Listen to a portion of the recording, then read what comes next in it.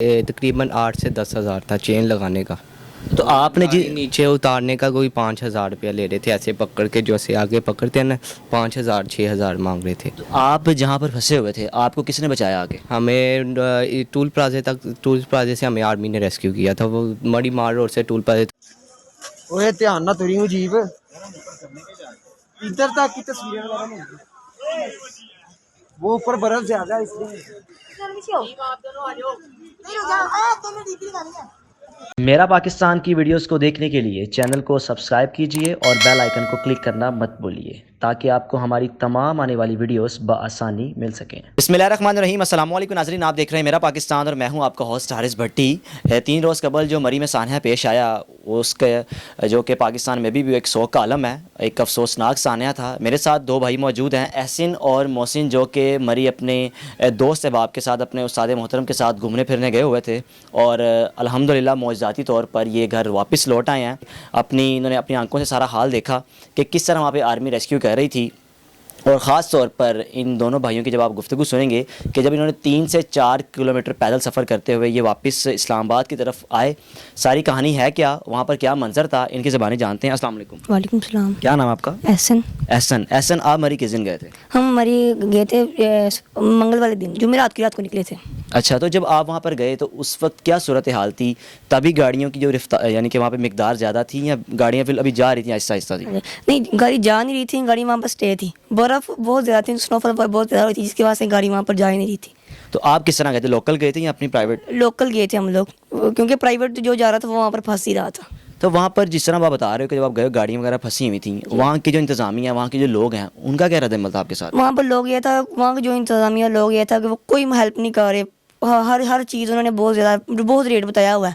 हर चीज़ का रेट उन्होंने बताया हुआ है। होटल का रेट बहुत ज़्यादा, खाने पीने का रेट सबसे ज़्यादा, खाने पीने का होटल का रेट बताया हुआ उन्होंने। क्या रेट क्या था नॉर्मली? अगर हम यहाँ कुछ खाएं पिए या वहाँ अगर इससे पहले भी आप गए हो मरी, तो क्या रेट, क्या कितना फ़र्क था वहाँ पे? बहुत ज़्यादा, मतलब 50 से 70% फ़र्क था वहाँ पर। अच्छा, हाँ जी, इतना। कितने लोग आप गए थे? हम लोग 8 लोग गए थे। 8 लोग। आपका नाम क्या है? मोहसिन। मोहसिन, आप बताओ कि मंगल के रोज़ जब आप गए तो वापसी कब आई हुई आप? हमारी संडे को वापसी आई। संडे को। तो किस दिन वहाँ से वापसी के लिए निकले थे? और जब आप निकले थे तो वापसी 3 से 4 किलोमीटर पैदल सफ़र कहाँ से करना शुरू किया और कहाँ तक करते रहे? हम मड़ी मार रोड से पैदल और टूल प्लाजे तक पैदल आए थे।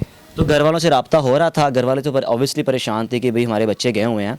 तो वहाँ पे सिचुएशन क्या थी जब गाड़ियाँ वगैरह फंसी हुई थी? तो जाके वहाँ पे इंतज़ामिया थे, अहले इलाका थे, जहाँ के जो लोग वहाँ रहते थे, कहा यह जा रहा है कि वो जो गाड़ियों का इवन के जो चेन भी लगाने की थी ना, उसका भी 4 से 5 हज़ार चार्ज कर रहे थे, ऐसा था? ज़्यादा था इससे, पर कोई तकरीबन 8 से 10 हज़ार था चेन लगाने का। तो आपने जी नीचे उतारने का कोई 5 हज़ार रुपया ले रहे थे, ऐसे पकड़ के जो ऐसे आगे पकड़ते हैं ना, 5 हज़ार 6 हज़ार मांग रहे थे। तो आप जहाँ पर फंसे हुए थे आपको किसने बचाया आगे? हमें टूल प्लाजे से हमें आर्मी ने रेस्क्यू किया था। वो मड़ी मार रोड से टूल प्लाजे तक हम चल कर आए थे तो नीचे। जिस रेस्टोरेंट में आपने स्टे किया था, होटल में, उसका रेंट कितना था? हमने 10 हज़ार दिया था। 10,000 उस वक्त दिया था जब, तो अब जब पता चला कि वहाँ पर तूफ़ानी आया वहाँ पर, तो तब क्या रेट बढ़ गए थे उनके? उनके काफ़ी ज़्यादा रेट बढ़ गए थे।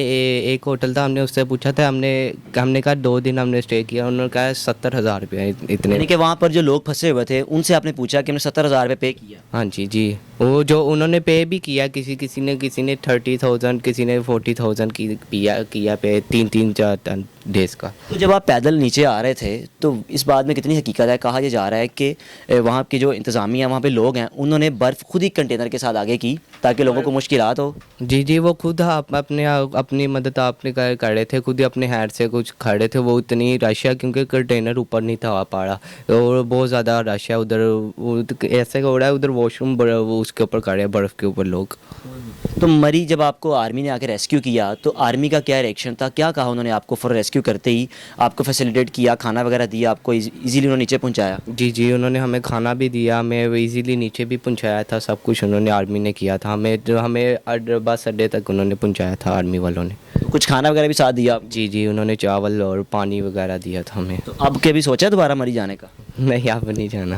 आपकी इनकी वीडियोस आप देख रहे हो कि दोनों भाइयों की वहाँ पर खूब इंजॉय कर रहे थे کتنے کتنے فیٹ برف تھی اور جو دیکھی وہاں پہ آپ نے؟ है थी 3-4 फीट थी 4 فٹ برف تھی جی تو جب آپ گئے ہو تب بھی برف باری شروع ہو چکی ہوئی تھی یا وہاں پہنچتے یہ سارا معاملہ ہوا؟ وہاں ہو رہی تھی سنوفال طوفان تھا بہت زیادہ بچوں کے والد صاحب بھی میرے ساتھ موجود ہیں. جب بچوں کا پتہ چلا کہ وہاں پر یہ عالم ہے تو یہ بڑے پریشان تھے. تو اس وقت ان پر کیا گزر رہی تھی؟ بچوں کے ساتھ کیا گفتگو کر رہے تھے؟ بچوں کو کیا ہدایات دے رہے تھے کہ اگر آپ نے واپسی کرنی ہے تو کس طرح کرنی ہے؟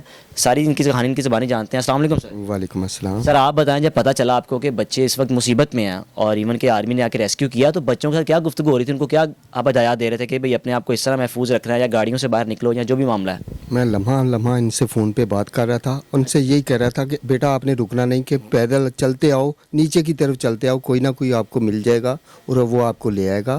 اور میرا دل یہ کر رہا تھا کہ میں بار بار فون پہ بات کروں ان کے ساتھ اور نہ رکوں. جس طرح بچے بتا رہے ہیں کہ 3 سے 4 کلومیٹر سفر انہوں نے پیدل طے کیا, تو 3 سے 4 کلومیٹر اس وقت آپ کے تو ایک عجیب سی جذبات ہوں گے کہ بچے کب منزل پہ پہنچیں گے, تو اب دوبارہ بھیجیں گے ان کو؟ نہیں, کبھی میں نے سوچا بھی نہیں دوبارہ بھیجوں ان کو, کیونکہ میں نے یہی کہا کہ اگر میں نے جانا ہے نا بیٹے آپ نے میرے ساتھ جانا ہے, میں اکیلے نہیں بھیجوں گا. لیکن یہ ہوگا اگر آپ ساتھ جائیں گے تو پتہ ہوگا بیٹے میرے ساتھ ہیں, کسی پر ٹرسٹ نہیں کر سکتے. جی. دونوں بھائیوں کی اور ان کے والد محترم کی آپ نے گفتگو سنی اور کس طرح ایک مشکل سفر کو انہوں نے طے کیا. 3 سے 4 کلومیٹر سفر طے کرتے ہوئے یہ اسلام آباد تک پہنچے اور ان کے والد صاحب کے جذبات آپ نے جانے کہ کس طرح پریشان تھے. امید کرتے ہیں کہ گورنمنٹ کی جانب سے جو غفلت برتی گئی ہے اس پر عمل درآمد کیا جائے گا. آنے والے سال میں جو یہاں پر سیاح ہیں ان کے لیے مشکلات نہیں ہوں گی. دیکھتے رہیے میرا پاکستان. اللہ حافظ.